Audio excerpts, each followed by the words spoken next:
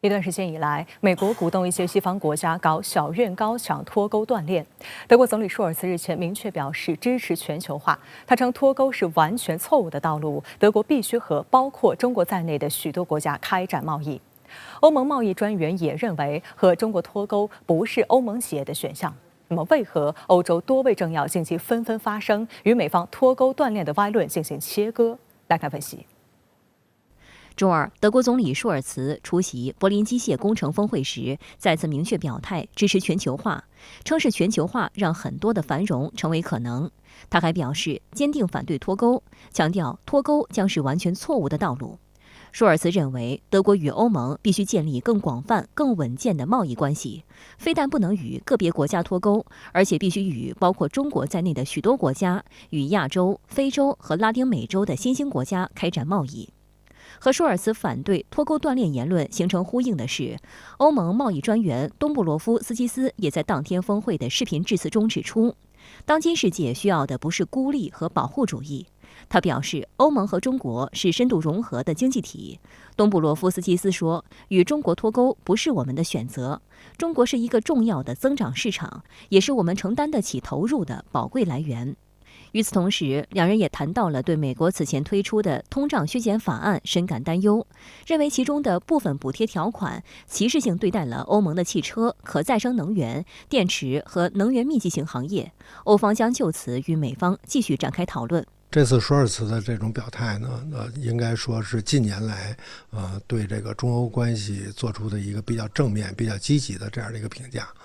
那么这个变化的过程呢，它的背景是在几年以前，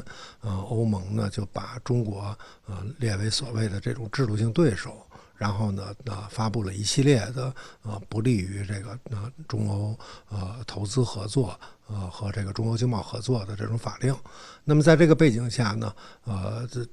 现在呢这个舒尔茨的这番讲话呢，这实际上面是有点回归到原来正途的那个意思。欧洲政要纷纷发声表态支持全球化，反对与中国脱钩。外交部发言人毛宁周三回应表示，积极评价欧方有关表态，中国也支持全球化，反对脱钩。在当前世界经济形势低迷的背景下，坚持开放合作，增强经贸联系，不仅有利于中欧双方，也有利于世界经济复苏。实际上，近期欧洲能源形势恶化，经济形势不容乐观。虽然美国主导的西方舆论煽动所谓脱钩断链，但欧洲主要经济体内部要求与中国强化经贸联系的呼声也日益高涨。美国政治新闻网欧洲版日前援引2名知情人士的话称，德国总理舒尔茨计划于11月3日至4日访问中国，他或将成为新冠肺炎疫情爆发以来首位访问中国的7国集团国家领导人。不过，截至目前，舒尔茨访华之行尚未得到德国政府的确认。根据德国惯例，总理的访问计划一般直到启程前1周才会被正式公布。在周二举行的中国外交部例行记者会上，发言人毛宁被问及此事时表示，目前没有可以发布的消息。此次被传的舒尔茨访华的时机颇受外界关注。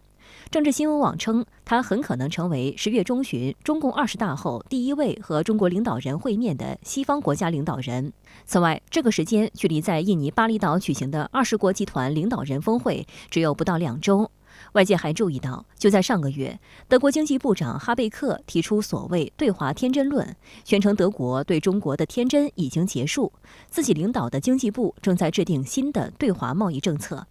有分析认为，德国总理渴望与中国保持积极关系，但由绿党掌控的德国外交部和经济部却在对华问题上持鹰派立场，希望采取更加激进的政策。但南德意志报注意到，绿党的对华政策也在悄悄变化。德国外长贝尔伯克周三也对媒体声称，要对华不脱钩也不依赖。该报注意到，贝尔伯克表示，拒绝对华经济脱钩的当天，德国政府发布的秋季经济评估认为，今年德国的经济增长将低于预期，而2023年德国经济或将萎缩0.4%。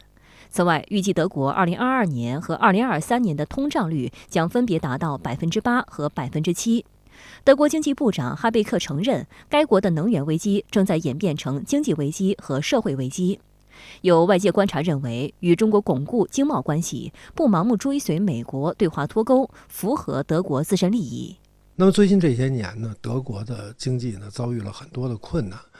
尤其是在这个世纪疫情和乌克兰危机双重的打击下呢，德国未来经济前景呢也不是很好。那么在这种情况下呢，我想德国要是想稳住经济基本盘它不能搞坏这个中德之间的经贸合作。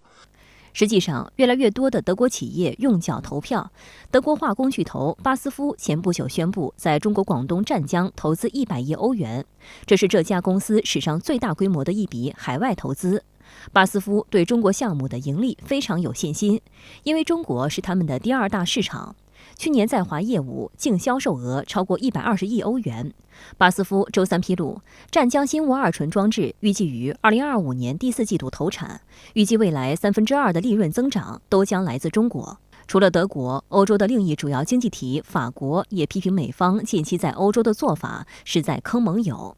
法国经济和财政部长勒梅尔周一表示，法国不能允许乌克兰危机造成美国经济主导全球，而欧洲经济遭到削弱。连日来，欧洲舆论批评美国在欧洲能源危机之际趁机渔利的声音四起。有欧洲舆论揭露，美国企业卖给欧洲的天然气竟然涨价10倍之多。法国总统马克龙上周也在巴黎的一场企业家大会上忍不住抱怨美国天然气太贵，并表示在七国集团会议上要好好聊聊这个问题。德国经济部长哈贝克也在日前接受德国慕尼黑信使报专访时指，友好国家以过高的价格向德国供应天然气，借俄乌冲突发战争财。